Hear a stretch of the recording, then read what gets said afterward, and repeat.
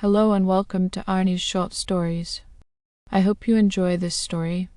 I'm going to try and upload a new story each day. The Locked Vault Heist. The morning sun glinted off the polished marble floors of the Grand National Bank, casting a golden hue over the bustling lobby. Tellers greeted customers with practiced smiles, their voices a soft murmur against the clatter of coins and the rustle of paper. The air hummed with the quiet efficiency of a well-oiled machine, a testament to the institution's reputation as a fortress of financial security. But beneath this serene facade, a storm was brewing. The night before, the bank's vault, an imposing steel behemoth designed to thwart even the most determined thieves, had been robbed. Not a single lock was broken, not an alarm triggered. It was as if the culprit had waltzed through the defenses, unseen and unheard, leaving behind a mystery that gnawed at the edges of reason. Enter Holly Arnold. At just 25, she was a detective whose youth belied a mind sharper than a razor's edge and an eye for detail that missed nothing. She had already carved out a reputation in the precinct, solving cases that left her seasoned colleagues scratching their heads in bewilderment. With her chestnut hair tied back in a neat ponytail and her piercing green eyes scanning the scene, she exuded a quiet confidence that commanded respect. Some of the older detectives muttered about her rapid rise, dismissing her as a prodigy with more luck than skill. Holly ignored them. She had a job to do, and the Locked Vault Heist was her latest challenge.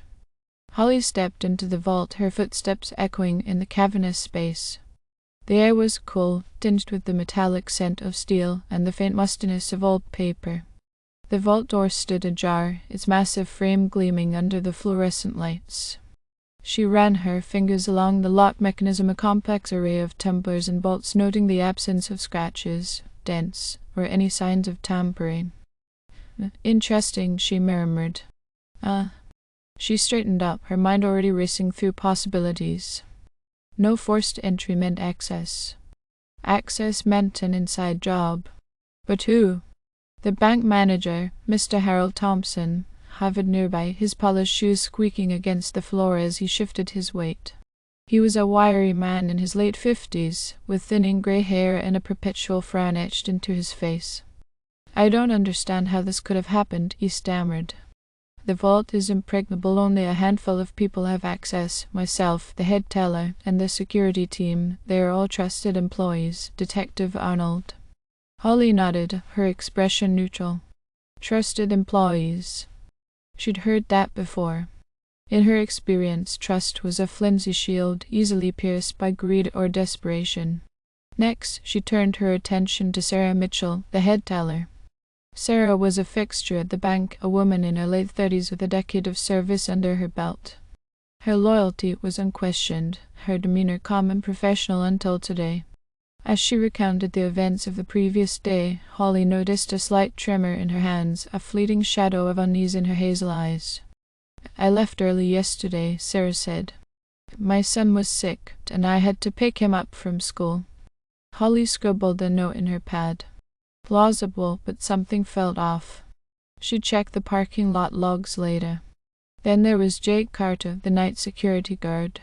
He was a burly man with a gruff voice and a weathered face that suggested years of hard living.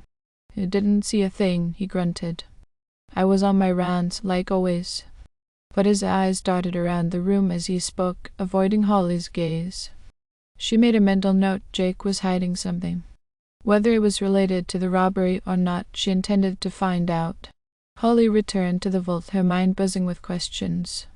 She examined the key rack mounted on the wall, a grid of hooks, each labeled with a number. One key was missing. According to the logs, it had been checked out by Mr. Thompson himself at 4:47 p.m. the previous day.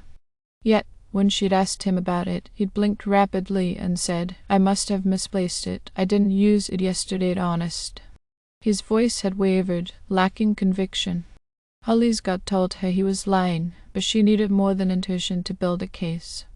She moved to the security console, a sleek panel embedded with monitors and blinking lights. The footage from the night before should have captured every angle of the vault's exterior. Instead, there was a gap, a precise 5-minute window of static, starting at 11:52 p.m. and ending at 11:57 p.m. Someone had tampered with the system, and only someone with intimate knowledge of its workings could have pulled that off. Holly's list of suspects was growing, but so was the complexity of the puzzle. Back at her desk, Holly spread out her notes, files, and a lukewarm cup of coffee she'd forgotten to drink. A missing key. The tampered footage. The nervous employees. It all pointed to an inside job, but the question remained, who had the motive, the means, and the nerve to execute it? She needed evidence, something concrete to tie the threads together. Then she remembered a detail from her initial sweep of the vault, a faint footprint near the door, barely visible against the polished floor. It was a partial print, smudged at the edges, but it might be enough. She dialed the forensic team. Rush it. This could crack the case while waiting for the results. She re-interviewed Sarah, this time pressing harder. You said you left early, but your car was still in the lot at 8 p.m., Holly said. Sarah's composure faltered. Why, I came back later to finish some paperwork. I forgot to mention it. Holly nodded, unconvinced. Sarah's story was shifting, and that made her a liability or a lead. Jake was next. The logs don't show you patrolling last night, Holly said. He shrugged, a bead of sweat glistening on his forehead. Maybe I forgot to log it. Happens sometimes. Look, I didn't see anything. His defensiveness was palpable. Holly didn't press further, not yet. She'd circle back to him later. The forensic report landed on her desk an hour later. The footprint matched a pair of work boots registered to Jake Carter. Holly frowned.